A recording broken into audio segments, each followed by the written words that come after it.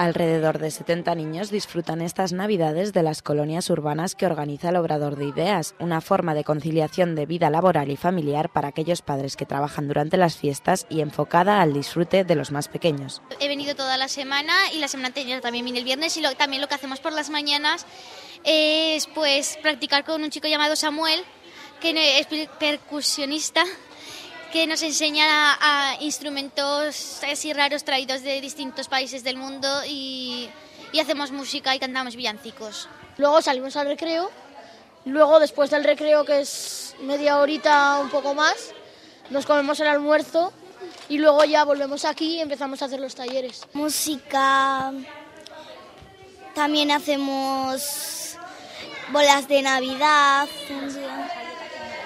magdalenas. El centro ha recibido la visita de Ana de Salas, quien ha asegurado que a través de la música, la pintura, el teatro o las manualidades aprenden el valor de la convivencia. Se trata, como ya digo, de ofrecer a las familias pues unos espacios de conciliación en estas épocas en las que evidentemente los padres seguimos trabajando, pero los chavales tienen sus vacaciones escolares y se trata ni más ni menos pues bueno, que actividades, talleres de ocio, de aprendizaje también, y bueno, los chicos y las chicas pues están entretenidos y yo creo que es un servicio que agradece mucho las familias, en este caso las familias zaragozanas. Con la Navidad y la festividad en los colegios, muchos padres se encuentran con el problema de dónde dejar a sus hijos mientras ellos están trabajando, y esta es una de las soluciones más divertidas para los pequeños.